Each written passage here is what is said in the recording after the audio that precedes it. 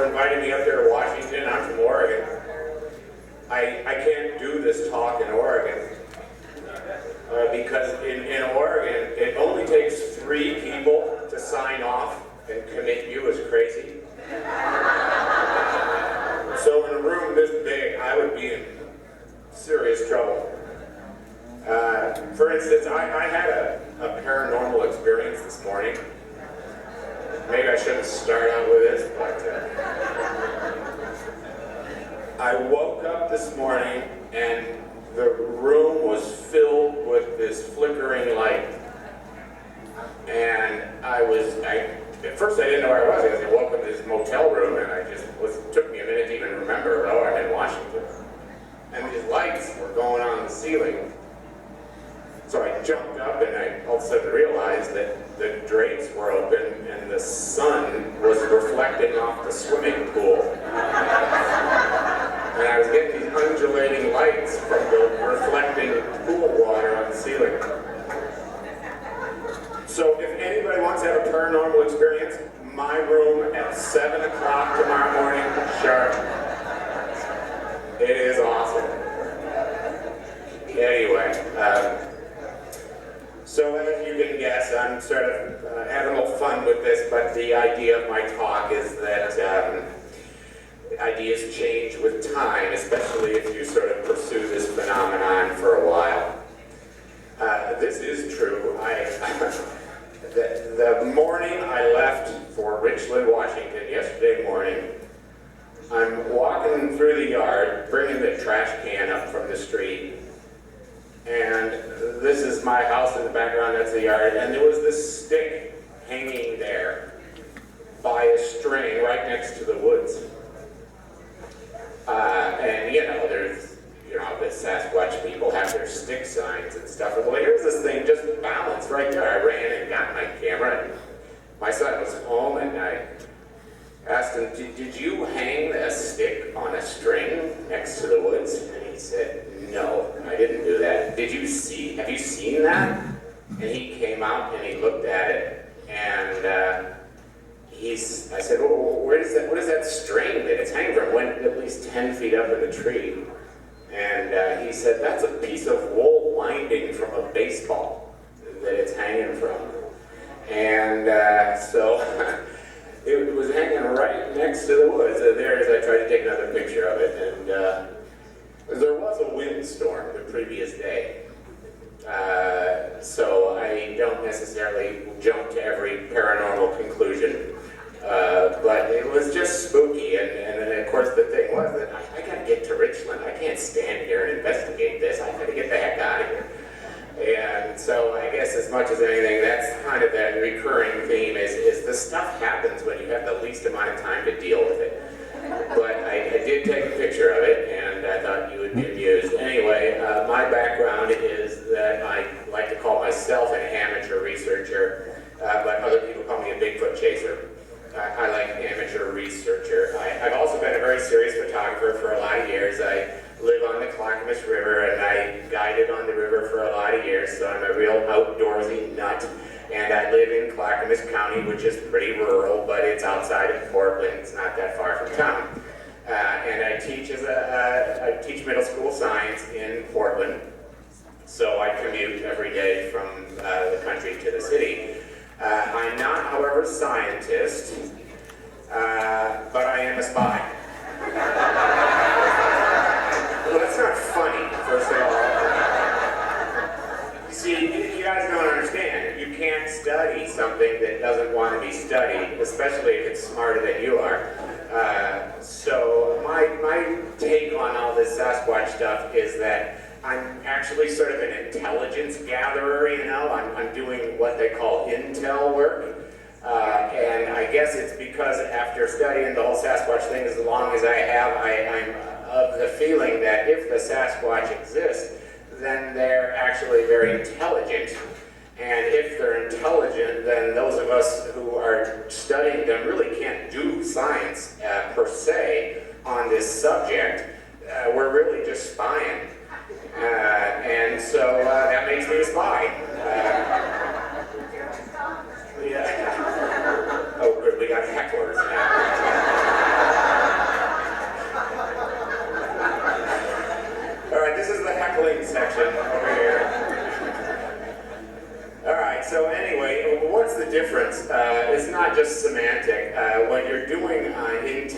where you're looking for patterns, you really can't conduct anything like a controlled experiment. And doesn't matter whether you're in Clackamas County or Afghanistan, but you're gathering background information that might be useful for something scientific in the future, but you're really just gathering these unverifiable bits of information everywhere and anywhere that you can get them.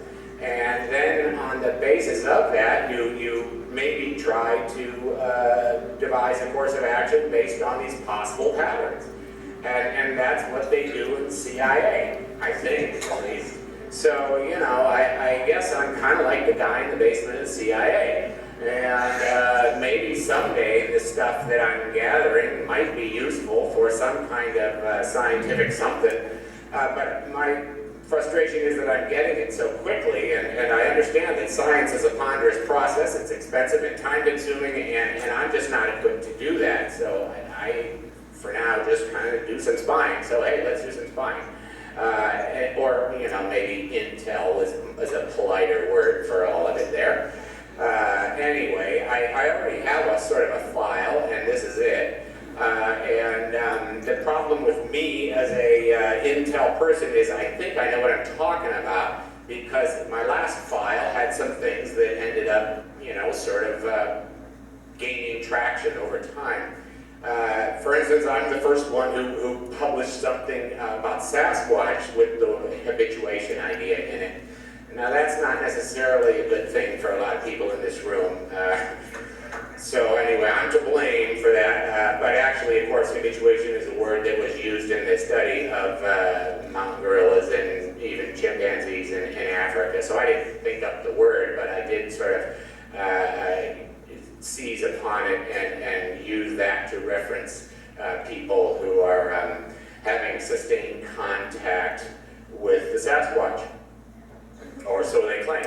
Anyways, other than that, there are people who said they were being abducted, and there's people who said that they were having the things come around their house on a regular basis, and one of them was in Honnebe. Did I say that right? Anyway, Oklahoma, LaFleur County. So I published this person's account, the Humphreys family, and it was extremely speculative at the time, but it's been sort of supported by other people's claims in other places now, and so at least I was relieved that this very speculative idea that I threw out there actually gained some traction. There's some other stuff that I wrote about back then. This was 2003, that the Sasquatch are interacting with people. I suggested this idea of infrasound. I said that they seem aware of cameras and averse to them. I reported on at least one case of a person who, Albert Ostman style, felt that she had been abducted and put back. I also submitted the idea that there was misinformation being circulated, specifically having to do with this forest fire and a burned Sasquatch that may or may not have fallen into the hands of officials. Then I even went so far as to suggest that paranormal is maybe a word that is a little bit harsh, but also sort of has some relevance to what we're doing here. There are people who said that they've had communication in English with a Sasquatch, and I stuck my neck out and said, I think these people are on the level. I even said that you can't ignore the ET thing altogether, and I even went so far as to say that in the near future, they're going to find a whole bunch more planets than they found right now. And I'm gratified to say that one definitely proved true, but that was mostly because I'm an astronomy teacher and I had been privy to enough other astronomy people that they said, we're about to get a whole bunch more planets, you just watch. So I went, oh, that's cool, I'm going to stick that in there. And but the whole beginning of my interest in internet involvement and affiliation with these groups was that I was trying to resolve the sightings that I picked up on around where I live in Clackamas County. And so I got involved in BFRO, and I learned about the different researcher camps that existed. And so in these dichotomies, I was definitely right here. I was pretty sure we were dealing with some sort of mountain gorilla or ape or something like that, and I was definitely, you know, what is generally called flesh and blood. I was totally okay with Grover Krantz's view that we were dealing with Gigantopithecus blacki, and I was putting up cameras like this around in the woods at other people's places and on my own property. And I know you're thinking, boy, Tom, that is the worst camouflage job ever. But all I can say is these things get so hot that this is the infrared illuminator, that's the actual camera, and these things, you can't put stuff on them if they get too warm, but what that enables you to do is see basically everything that's going on night and day. And then that's the camera right there. The housing doesn't need to be that big, that's just a really beefy, weatherproof housing. So, you know, that's what I was doing. I was putting cameras around, and it's still kind of fun. I still have that camera up on my property, and this is where you sit there, and while I'm doing my stuff on the computer, you can see what's going on in your woods outside. I really recommend this to anybody who's interested. You just buy these home security systems, and you can see what's going on outside on your property. It's kind of fun. The main thing that we're doing with it is we're watching for the possibility that there's a wolf in the area, because I've gotten a few different reports by next door neighbors that they've seen something that they swore was a wolf. So the camera is mainly for that, but it really is an interesting thing, even if you are of the belief that you're not going to fool the Sasquatch. And through all this involvement in reciting reports and stuff, you do get pictures from people. This one came from a fellow up in Washington, Jameson, I want to say, and he gave me this picture at one of these gatherings like this. And one thing I've learned at the gatherings is look for the guy with mud on his boots who's standing in the back and a button missing on his flannel shirt, and say, who the heck are you, and where do you know, what's going on? And they go, oh, I just live out in the woods and I'm trying to figure out what's going on. And from people like that, you get some really interesting stuff. It's never conclusive, but sometimes it's compelling. So he gave me this picture of what he got on a trail cam. And about the most interesting part of it is that you can see like through there, so whatever that looks like it looks too long to be a leg of what otherwise might be easily supposed to be a bear. But it's not conclusive. It's a pretty good blob squatch. And then, of course, there's Bob Gimlin's home movies. And what I think is the most interesting thing, and the thing that really turned me around about this, was M.K. Davis's view that that's not a sagittal crest, and when you watch this loop, it does look like it's too steep in the front of the head or something. And it also kind of changes a bit, appears. And M.K. Davis says that's a top knot, that's a hair arrangement. And the basketball players call it a top knot when they tie their hair up out of the way. And then he also says, M.K. Davis says, that's a ponytail. That's a braid right there. And, you know, he enlarges it to a ridiculous degree. But I must say that the more I look at that top of the head bit, it doesn't look like a thing that really looks cranial. So I will say that, you know, this thing, whatever it is, might have been in 1967 doing a hairstyle that only today is finding favor. So, you know, all of a sudden it's like, well, maybe it is a person. You know, if it's styling its hair. And then, of course, these are all the possibilities, or at least some of them. And what's I think interesting about anthropology now is they're finding that in many cases, these fossils are not as old as they thought. The Neanderthal fossils nowadays, 50,000, not 500,000, as I was taught when I learned anthropology. And in other places, especially in Asia, they're finding fossils, human fossils that are human, you know, ancestors and relatives that are 30,000 years old. And anything that existed that recently it's hard for me at least to understand what would have eliminated it. It wouldn't have been some sort of cataclysm or ice age because, you know, I think we were out of all that by then. Anyway, so more and more I find that the human possibility is convincing to me, but kind of like Thom's book that he was talking about. I don't have a book, but I just got a rule, and that is it's easier to convince yourself than it is to convince a whole bunch of other people. And so I know that I'm sort of leaning heavily toward this human interpretation of the Sasquatch phenomenon, but I certainly don't waste too much time trying to convince other people because it seems like too much of an uphill battle. But meanwhile, what I was trying to do with BFRO is just to find this really killer spot that I could use to set up cameras, and I really believed that with my background in photography, I was going to get the goods. So I did find this homestead, Alan and April Hoyt, and they live near Mount Rainier, and we set up first trail cams and then video systems, and we had them on their property for 2 years. It wasn't any kind of pristine woods, but it did have an ideal location, at least in my view, because it was right there by Mount Rainier. And Mount Rainier is probably one of the, if not the biggest concentration of sightings that I'm aware of in the contiguous 48 states.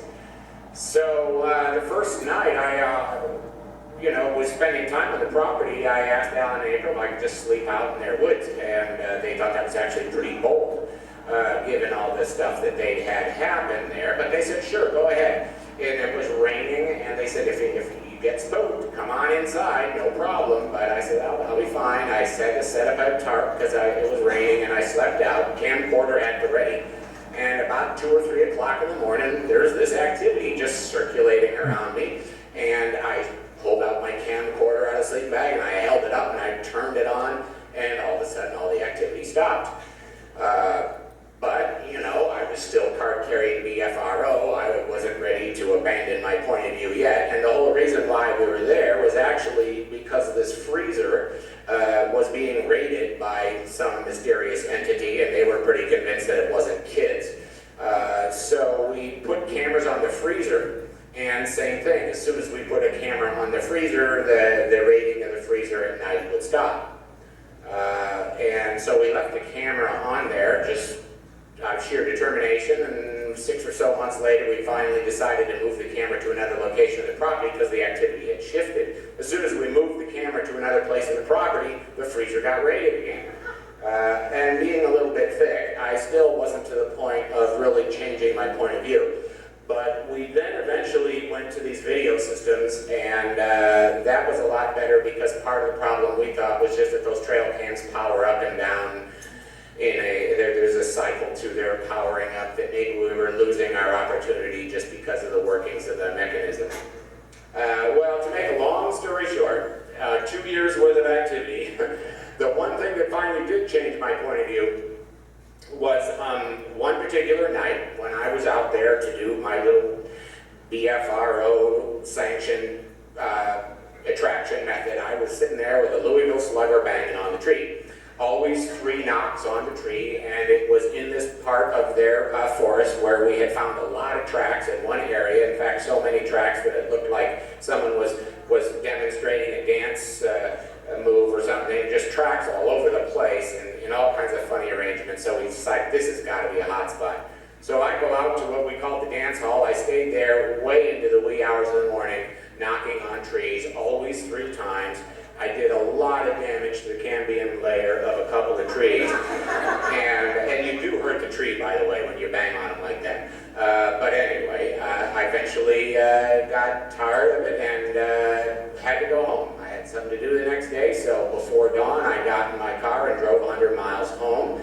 And when I say I went home, it was an incredible ordeal. I almost nodded off and went into the ditch twice. But I finally made it home in one piece, and I arrived at my home just before sunrise, 100 miles away. And as soon as I got out of the car, knock, knock, knock, comes in the woods on my own property. And that, I was just floored. But I was also a zombie at that point. I just couldn't even muster the energy to go back in the woods and check. Not that I'm sure it would have done any good. I was being worked. I mean, and that was clear. I was being worked. Or I sort of came to call it later, I got coconut telegraphed. In other words, there's two possibilities here. One is that they somehow managed to run home with me at freeway speeds, 100 miles. It was dark, he could have been running down the freeway, I don't know, but I doubt it. And instead, I think, my feeling is that somehow they were able to signal each other. Tango Delta's coming your way. 3 knots when he gets there. And so that's what I call coconut telegraph. The coconut telegraph, of course, maybe you've heard or remember, 1981 album by Jimmy Buffett. And he references this idea of long-distance communication used by Australian Aboriginals. In other words, there is this communication that's believed to exist, whereas these Aboriginals know when the guy's coming home 2 days before he gets there. And this is pretty well chronicled in this book by Rupert Sheldrake, which I definitely recommend. And what he says is there's a very good scientific basis for this kind of telepathic whatever it is. And he even points to Aboriginals in Australia who are very familiar and able to do this, and people around there go, oh yeah, it's a real deal. So I found that interesting, and meanwhile, I'm still involved in BFRO, and here we are out in Skookum Meadow. And at that point, I was really starting to reevaluate a lot of things that were happening to me, but we were still trying to do things the old-fashioned way, and we were spending 4 or 5 days in Skookum Meadow trying to find tracks and things for a documentary show that had come out from Australia. After 4 or 5 days of not getting much, I finally, mostly out of sort of frustration, mentioned to the assembled gang at the campfire that maybe we should try a different approach. We hadn't really been any kind of accommodating, we were just sneaking around a lot. And why don't we try to do something, accommodating? Let's put out some stuff and see if we can't bring them in with a friendly gesture.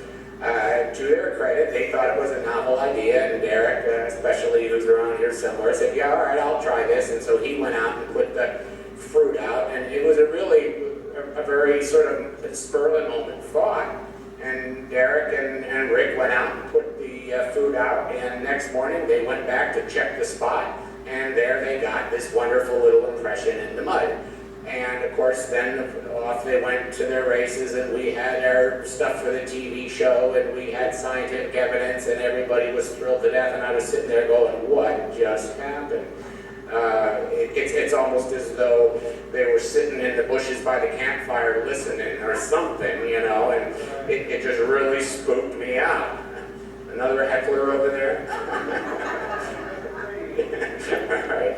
So anyway, for whatever reason, we got this killer cast, and we got Krantz to come out, and so there's the man looking it over, and it just continued to bug me. The coincidence, the timing of it all just had me scratching my head. But I wanted to keep my mouth shut because I didn't want to rain on anybody's parade and say, well, it was paranormal, don't you? So you just leave it alone. And so then the second one of these weird sort of things that happened to me was really around the same time. And this fellow found me through Ray Crow, and he said, I got communication. I know about that stuff. And Joe Beelart and I were a little bit skeptical of his claims, even to the point of calling him Crazy Rick, not to his face. But he lived in Ripplebrook, which is a remote Forest Service outpost in the Mountain National Forest, and he said they wake me up and they want me to feed them. I mean, I've been feeding them, and they've gotten accustomed to it, and so I oblige them. But sometimes they'll wake me up and say, hey, where's our food? And so in English, they're saying this to the Americans. Yeah, in English, that's the only thing I speak. And okay. So I went to Joe and I said, Joe, are you sure this guy's on the level? And Joe said, yeah. I went with him, I looked at his areas. He seems real serious about what he's doing. So I think he's worth at least investigating a little more. The point here is that this, to me, was the first time I began to realize, forget witnesses who saw Bigfoot run across the road. We're now at a point where the more useful kind of information is that researchers provide. They've talked to so many witnesses and they've seen these patterns that I no longer follow up on people who had fleeting glimpses. Instead, I'm really interested in this idea that what the researcher take on it is. It seems to give me more useful information in a more timely manner. Well, I did, however, feel the need to check it out, so I went to Alan in April and I said, this guy says that he's communicating with Sasquatch. Now you guys, you got it going on. I've been coming here for 2 years. What's your take on all this? And they said, oh, yeah, we get that too. And I said, well, I've been coming here for 2 years and you never told me that. And they said, well, we didn't want you to think we were crazy. I said, all right, you're not crazy. Now, what else happened? And they said, well, actually, our daughter gets it the most. They wake her up and want her to come out and play. And I said, what do you mean play? Well, she just sits on the steps and knocks rocks together, and then they knock rocks back, and it's just this back and forth, but they seem to enjoy that. Okay. Anything else? And April said, well, yeah, I was walking in the woods last couple of weeks ago, and I was smoking a cigarette and worried about this issue I had with my son and this legal trouble he was in. And I had a lot on my mind, and all of a sudden I hear, just as plain as day, quit trying to trick us. And don't smoke those cigarettes, they're bad for you. Well, when she said that, I just knew immediately what was being alluded to. It was the cameras. We had already seen the trails being blocked. Every time we moved the camera, there'd be an X of sticks on the trail, and something was going on. And the Hoyts, we didn't do that. We think they're marking the trails. Keep the young ones away from the camera. So when she got this message, it was sort of chilling for me, but okay, gee, what are we going to do with this? Well, I decided that maybe we should give it a little test, but they were definitely they were in agreement that, yeah, there is some communication. And I said, so in English, seriously? She said, same thing, I don't speak another language. Yeah, it was in English. It sounded so clear that I looked around to see who said that, but there was no one there. Not long after that, Ray Crow steered another person my way, Steve Fredericks, and he said, yeah, I got the communication. I think I do anyway. And so at this point, I was tired of doubting all this, and all of a sudden, bing, this idea came on into my head, and I decided I'm going to do an experiment. This is perfect. So I said, okay, Steve, you think you got the communication? Fine, here's what you're going to do. We got this camera, and you are going to ask them to step in front of our camera. This is the camera, and it's sort of poorly concealed as a birdhouse. I thought it was pretty good, except for the wire. There could be birdhouses with electricity. But anyway, that's the infrared illuminator, and the camera was in that one. And this was all home built from these Ramsey electronic kits, because the stuff didn't exist. This was in 1999, and you had to make the stuff. So I said, Steve, you think you got it? You got the communication. Tell him we would please like to have him step in front of the camera. And Steve said, boy, I don't know. Okay, I'll try it, Tom. It doesn't, I don't have the communication all the time. I'll let you know when I think I've communicated this message. Thanks, Steve, you do that. 2 weeks later, he calls me up and he said, yeah, I did what you said. You're never sure that you're being heard, but I did what you said. Less than 48 hours later, Alan and April called me up and said, you're not going to believe what we just got on the cameras, and this is it. And the cameras aren't very good for quality, but what you see there is, of course, some shadowy form moving across the screen from left to right.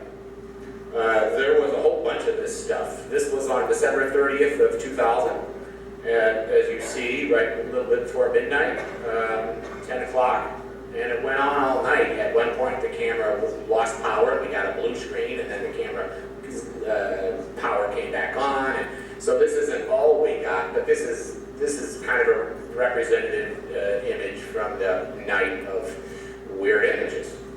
So I hustled up there and got copies of all the images, and it was pretty cool, but at the same time, I also knew right away, no one's gonna buy this. Talk about a blob squatch. So it's not bad, but it's also not compelling, and I understood that. So the problem, I think, in part was that the quality of our cameras just wasn't that good. But it does seem that either it's a shadow or it's just a profile of the actual form, but you really can't tell what. I'm kind of inclined to think that there was a shadow being thrown onto the trees or something. So, all right, at this point it's clear the camera's not going to work, but maybe, just maybe, Steve's got something going on with his communication. So I said, all right, Steve, new plan. Now, I didn't tell Steve that we got this because I didn't want Steve to think that, you know, he had the power going on when maybe he did not. So I said, Steve, do it again. But this time you're going to ask them for, we need something physical. Steve, tell them we need a bone. And Steve says, like, well, you don't want much, do you? You know, okay, I'll do what you said. And so 2 weeks later, Steve calls me up and he said, I don't really feel like they were listening, but I asked, and I said what you said to say, told them we wanted a bone. Less than 48 hours later, Alan and April called me up. I'm blue now, understand, I tried to be as scientific about all this as possible, double blind. Alan and April did not know what I was doing with Steve Fredericks. Steve Fredericks did not know where the camera site was. So I felt confident that that's the best I can do as a little junior scientist. And then 48 hours later, less than actually a day and a half after Steve Frederick said, I did what you said. It didn't seem like they were listening, but I did what you said. And this is what we got. Alan and April called up and said, we've just found a bone at the base of the camera tree. So I jumped in my car and zoomed 100 miles up there, and they handed me this bone. It's about the size and shape of a coffee saucer, and it's very thick. And I actually brought it with me. It's in my little case that's over there. But there you can see that it's concave and very thick. And I took it to Leroy Fish, and he's a wildlife biologist. I said, what is this, Leroy? We found it at the base of the camera tree, and I didn't even tell him the whole story. I said, what is this? He said, well, it's some kind of bird bone, the way it's as light and thick as that. Well, he had no idea what kind of bird, and the thing was big. It looked for all the world like the top of a skull, except that it had these little structures that looked like another kind of bone connected to it. So, long story short, I went to a bunch of other people and finally was able to determine that it was the breastbone of an emu. And I took that information to Alan and April. And I said, is there anybody around here who raises emus?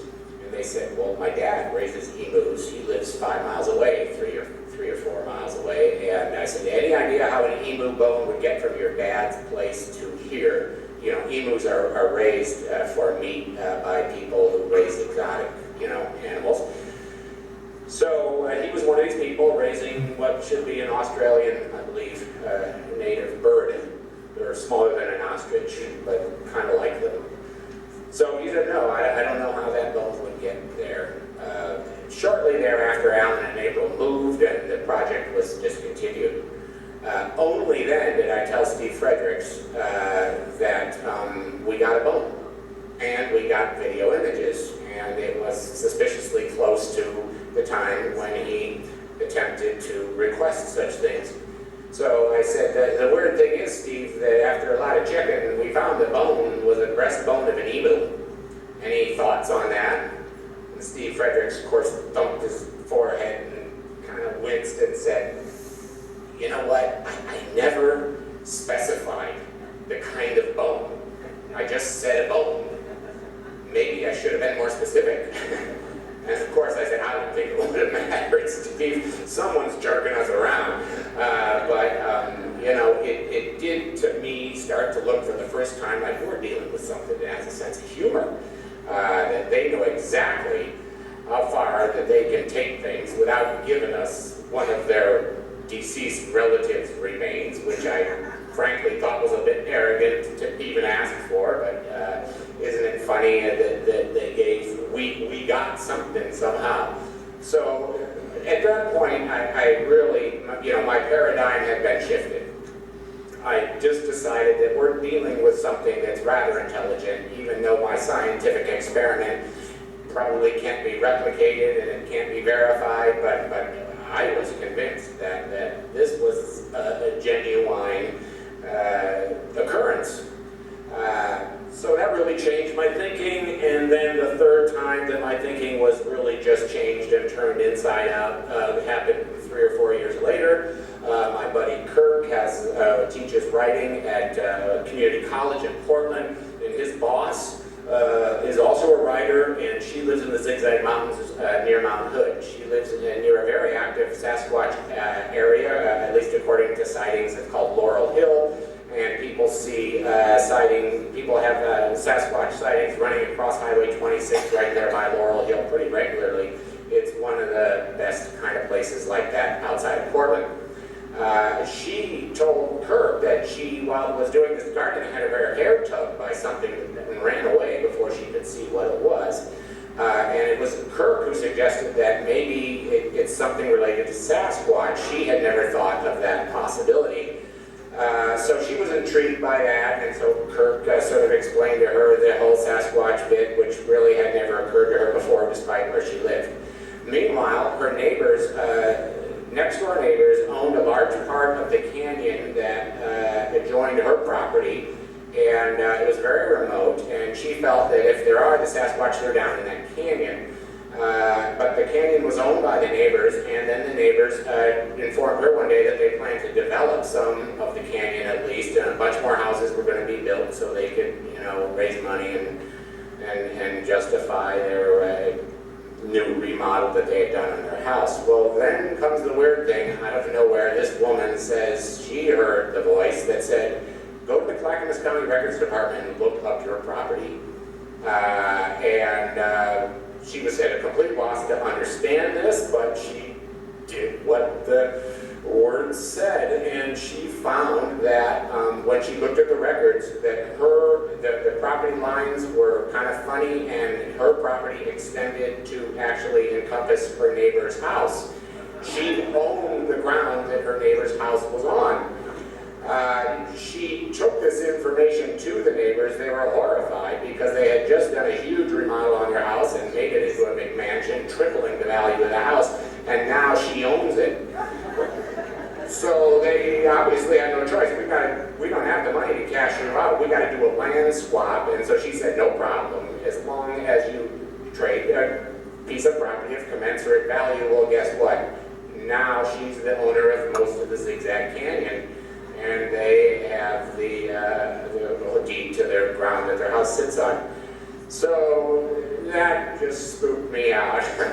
Now, again, there's no Sasquatch sightings. I don't have any proof that Bigfoot's involved in this, but I got so much of this kind of stuff that I just knew that I can't write in the locals and just try to put this stuff down as factual. I can't prove a word of it, but I can make it into a fictional story, and if anybody reads it and says that's so fake, then I'll say, well, it's fiction. But the truth is, of course, that almost everything in the story happened to somebody. I just telescoped it down in time to make a story, and I crunched it down to a single individual to, make it a little bit more engaging. But, that's what you do when you get this stuff, You can only write so many Bigfoot books, but, I think the idea is it makes a compelling story, and that's sort of how you throw out there at least the possibility of what's going on with some of these spookier things. So when it comes to paradigms, that's pretty much where I am now, and other things have happened, but they don't really represent a big paradigm shift anymore because they're just more indications of stuff I've already sort of bumped into. And, the track find that has already been mentioned in the Cottage Grove area near London, Oregon, we got a pretty good array of tracks. They're not super high quality. In fact, they're not really good detail quality at all. But we got a whole bunch of them. But the most interesting thing was that after we got this large amount of physical evidence, we also, of course, they were out there poking around in the woods a couple nights later, and they had a really intense interaction with something that was not able to be seen, but it absolutely immobilized them, and was a very dramatic set of encounters that would take a while to go into. So rather than do all that, I should steer you toward the people who were there for it all, and that's Beth right there, and Toby, who's somewhere back there, and that's Toby's inner sanctum over there. So if you're curious about the details, but basically the creature or whatever it was in some form put him down on the ground as they tried to approach the area, and because they had experienced stuff like this before, there wasn't really tremendous fear among Beth and Toby. It was just a sense of awe and wonder, but it was very intense and immobilizing, and of course it's just the kind of stuff that doesn't square with the whole concept of a flesh and blood, much less a Pongid style creature. So what all this means to me, I'm a spy, this is my spying, and what I get is that, at least for me, the field research, the way I was always been doing it, is starting to seem kind of futile. It seems that the pursuit of proof by me and trying to persuade others is a lost cause. It does seem that if you sort of let the phenomenon find you, it does do that in some way. As weird as that sounds, it seems that you can't ever get utter verification of what you're trying to get, but it does seem that you get these plausible answers if you're willing to sort of engage some strange possibilities. In the meanwhile, I've just decided, I just got to live my life, but it does seem that among the people who follow this and feel like they have the communication, they do say time and time again that there seems to be some sort of statement behind it of advocating for the planet that they're getting. I'm just telling you what I'm getting here, folks. So once again, I can't prove this, but I do find that the patterns, for me at least, are compelling. And that brings me to my latest stuff. And so here's what I think is the most interesting stuff that I've come up with lately in my pursuit of spying on the Sasquatch. First of all, I don't worry about witnesses anymore. I'm more interested in the researchers and what they're finding, because that sort of is the combination of many witnesses plus some valuable interpretation. The other thing is that the behaviors being reported and observed are far more complex than I saw Bigfoot run across the road if you're dealing with researchers. So this is the other reason why I'm much more interested in what the researchers are getting than what eyewitnesses are getting, especially if they're eyewitnesses who never really took on the Sasquatch subject previous to their experience. It does seem too that there's this huge amount of folks out there now who are doing this stuff, and they're sharing their stuff more and more on Facebook than ever before, really too much so. It's overwhelming how many groups there are, and so I've started just not even going there because it's just too much information. But it does seem that among people in my area and even in others, they're saying that, they're there even when you can't see them. And the problem is that the cameras pick them up. So I don't know how to explain that, but it does explain to me why maybe this idea that the Sasquatch are averse to cameras, because the cameras are a giveaway. And so I've also learned that almost all videos have come from people who aren't trying to get a picture of Bigfoot. In other words, if you're out there with your camera trying to get a picture of Bigfoot, it just never seems to work. But meanwhile, people who are just filming randomly seem to get stuff, and they're all posting it on YouTube. And there is so much stuff on YouTube that no one cares. But I have noticed too that a lot of times the kids are playing with cameras and the creatures that they get in the background unintentionally seem to be showing an interest in the kids. So this is another piece of intel that I'm passing on for anybody who wants to try it. Give the camcorder to a kid and have them tape around in the woods and see what they get. And I've seen several videos that emerged from that scenario. So it does seem, though, that if you're trying to buddy up, cameras are a deal breaker. I can't really explain it, but I do know that when I watch my buddy Cliff on TV, you know, I just shake my head. Every time they go running off with the camera, you know, it shifts over here. And even Cliff has confided in me personally that, yeah, every time we're filming over there, the activity's over there, we film over there, and the activity shifts. And even Flesh and Blood Cliff is finally going, I think something's going on. Good job, Cliff. But I don't know what that leaves you to do for your TV show. And I do understand it. It's a TV show. It's all about TV. So we need something that you can put on the TV. But we're just not getting cooperation. Which really, I think, points to a really important thing that needs to be decided by the presumptive researcher. Are you trying to get proof, or are you trying to learn something? You're not going to get both at the same, in the same direction.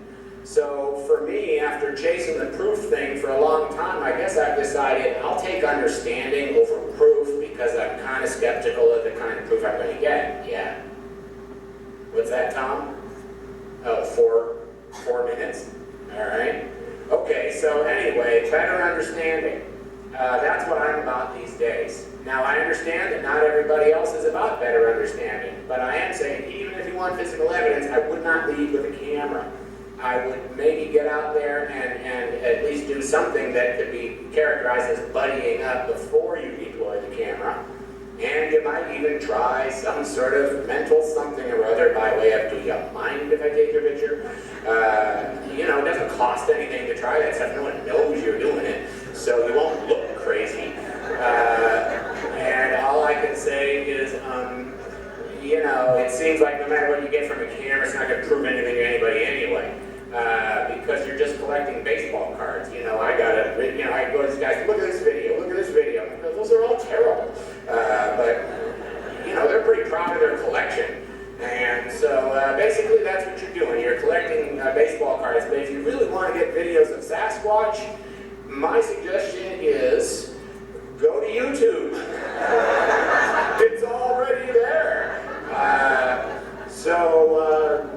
You know, that'll save you some time. And then this guy in Arizona, really good example, Mitchell Wade.